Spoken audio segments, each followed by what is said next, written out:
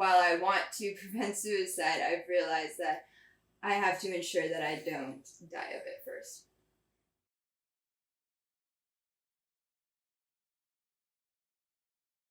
Hi, my name is Nicolette Brown. I'm 23. I was born and raised in South Stratford, Vermont. I come from a large family, so I have 4 sisters, and with that there's never a dull moment.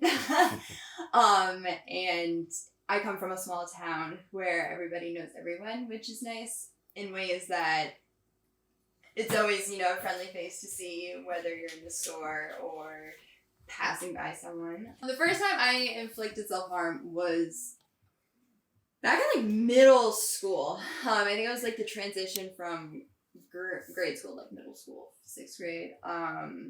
And reflecting on it is just that time I was very like lost, I guess. I didn't really know who I was.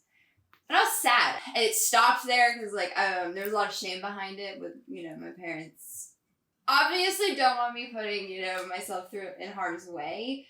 So it was just like, don't do that. That's not okay. But at the same time, I didn't quite grasp what, like, there was a lot about me that wasn't okay, but at the time I didn't realize it. So yeah, that's when I started. My family, we're close, and the thing is, we're close. And so it's always like, oh, you can talk to me about anything. You can always talk to me. And it's like, but I can't, because I can't talk to you about how I want to die, because all they're going to say is, oh, don't do that. Oh, we love you. And it's like, great, but I got to love me too. So I had known him throughout high school, and he was happy-go-lucky, never, I didn't even know that he had depression. You wouldn't have guessed it. He was always happy, so caring and generous. So it's interesting, while grieving his, when he did pass, everything I had, the foundation that I had built to like hold myself up collapsed. And I was completely lost as to who I was, what I'm doing, and everything. And I wanted to understand why he made the decision he did, and being unable to ask him myself, in a journal, I asked myself. His passing awakened me to realize that I was on a same dangerous path. I came to learn a lot about myself in regards to just how disconnected I became, and with realizing that I likely would have made the same decision as him, I've taken it upon myself to to keep him alive in the ways of which to share his story, to share his impact, and alongside that, share mine. Because if I'm going to be here, I want to be here, living. I want to be here for a reason, a purpose. Anyways, I find that my purpose is to prevent suicide, because if I'm not going to do it, who is? And I'm not, if I just wait, and waiting, it's like, oh, if we wait and don't say anything or talk about it, then more innocent people are going to die and are going to be taken far too soon. And they shouldn't. Well, it surprised me how, when journaling, which is, I guess, another way of coping, and getting through, is that writing is a great way to, like, unleash your subconscious and realize all the things you didn't really actually know you knew.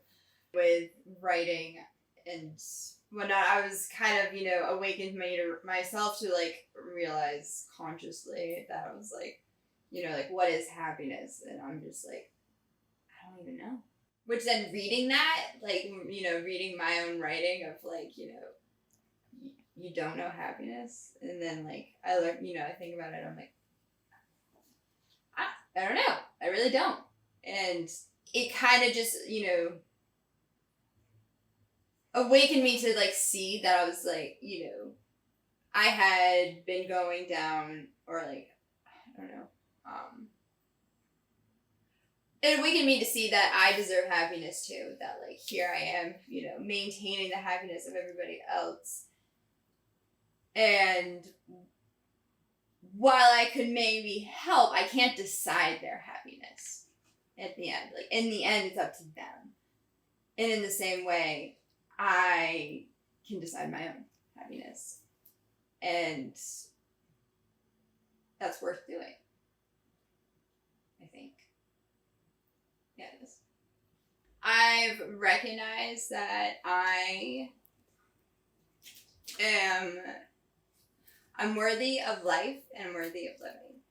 And that I am worthy of giving, and I'm worthy of recognizing myself as a priority. And that with that, it is good to take care of myself and to put myself first, and that I matter. Nobody knows what another person is thinking. So though you may think somebody is totally happy and totally okay, you truly do not know. And though you may know for yourself that you would never die by killing yourself, you can't say the same for somebody else. You're valuable, and that you're worthy of the life that you have, and you're worthy of living it.